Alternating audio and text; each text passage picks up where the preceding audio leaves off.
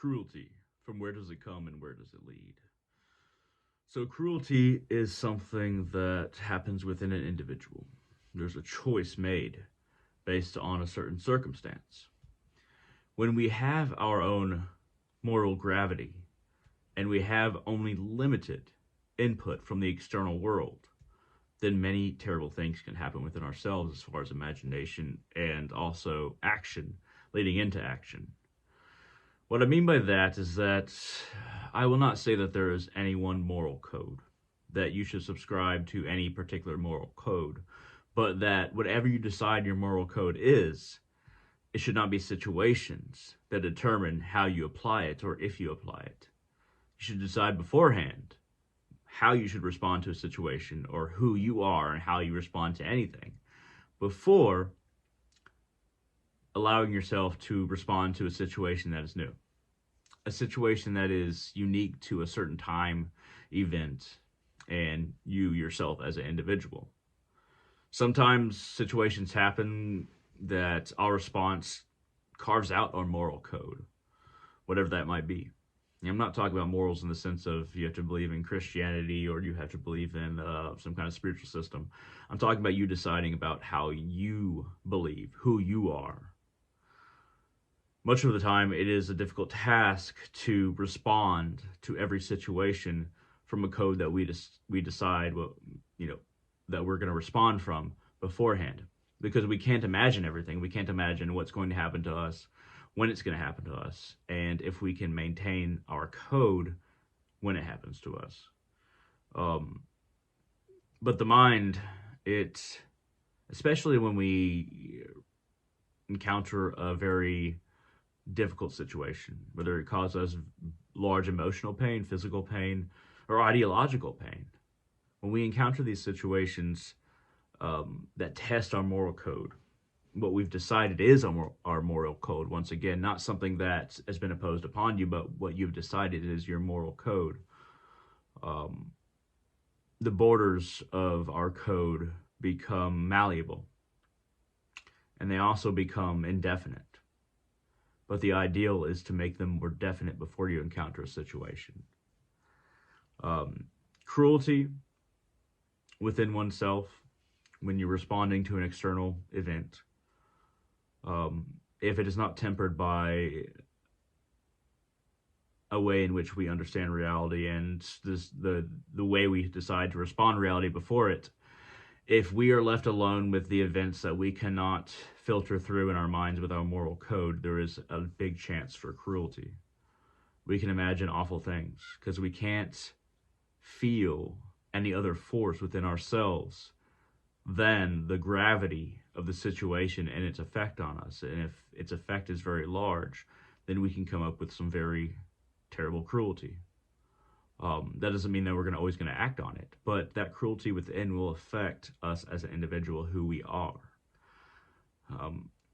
If we encounter a situation that we did not plan for morally or feels like it has its own gravity, then nothing else but response will be what is imagined within ourselves. How can we best respond and best inflict harm emotionally or physically to somebody else as they've allowed this situation to happen, either by their own force or by forcing it upon us? It is, the Stoics say, the greatest thing to do when one becomes angry is to stop and wait to act later. Do not act based on the situation, especially when it's a new situation. Instead, contemplate and act afterwards. There's a lot of truth in this. Most cruelties and anger itself would not be committed if we simply waited and contemplated. But us being emotional beings, it's not always easy to do that. It's not always easy to be the person that we know we can be and the person that we imagine that we are. Maybe an example would help. So let's say there's this man named Thomas. Now, Thomas, average guy, has an average job, loving wife, couple kids. He works at a factory, a 9-to-5 job, gets good benefits. His family has an okay living, and his family gets benefits from his job. Pretty good factory job. And his idea of what is moral is always treat others as you would like to be treated. So one day, somebody that also works in the factory comes up to him and punches him very hard in the face and says a derogatory slander.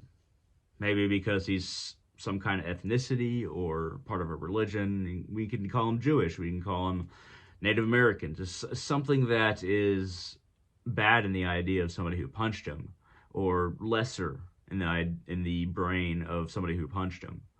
But the reason isn't necessarily as important as the act itself. And that person had no reason to punch him, and he punched him in the face.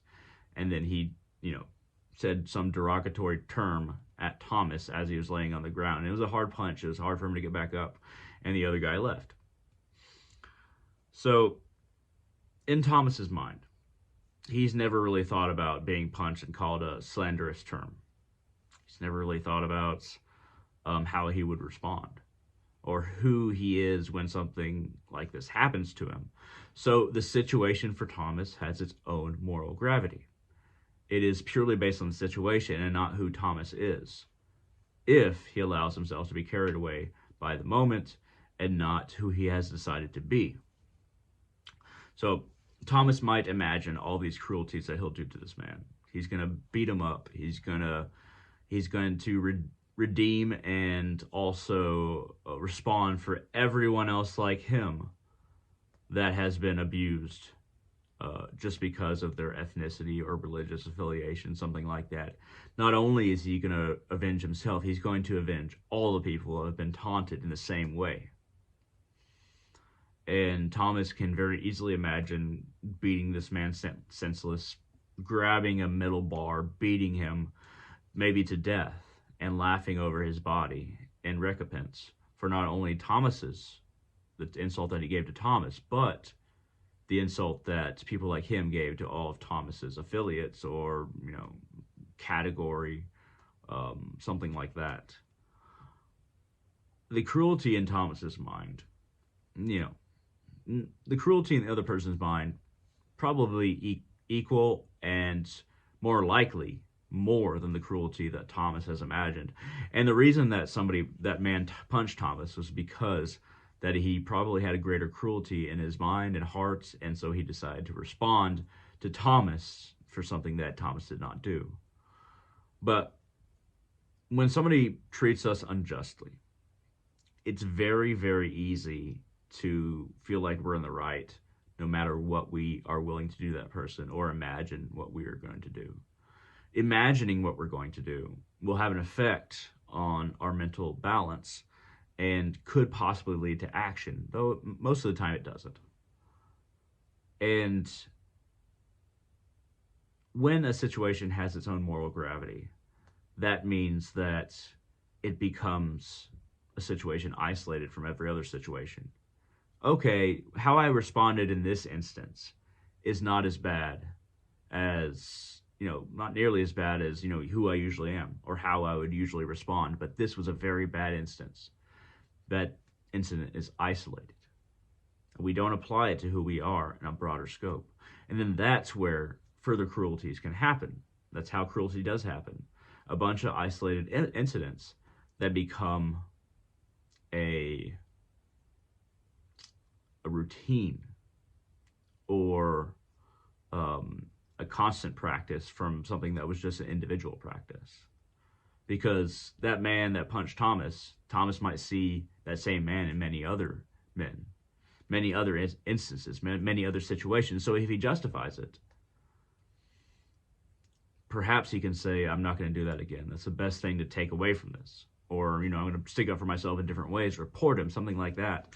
But how cruelty becomes a routine is that we allow a situation to exist in its own moral gravity and decide that that was right and that's how I should respond, and that can lead to future cruelties. Even if you started out as a really great person, you're going to continue being somebody that you acted as if you don't say, I shouldn't have done that, I should have handled it differently.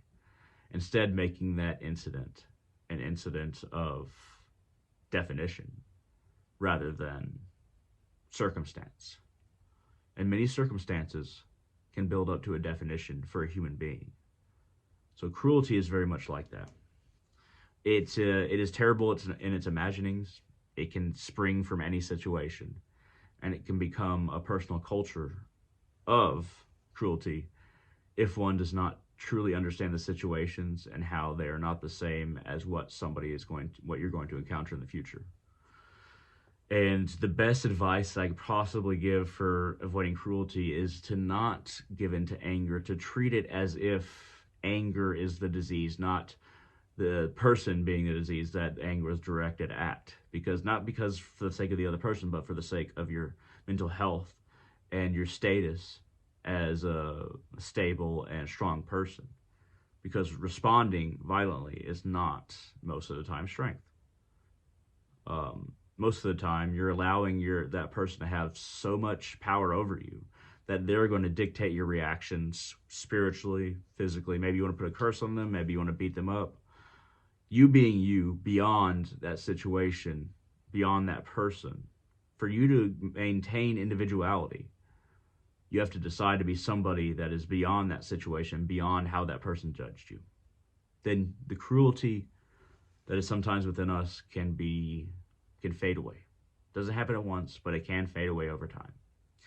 At any rate, thank you very much for watching. If you like this video at all, hit that thumbs up down there. It really helps out the channel, and feel free to subscribe. I would greatly appreciate it. And try to understand yourselves. It's a slow process, but it happens. Thank you very much. I hope all of you have a wonderful day.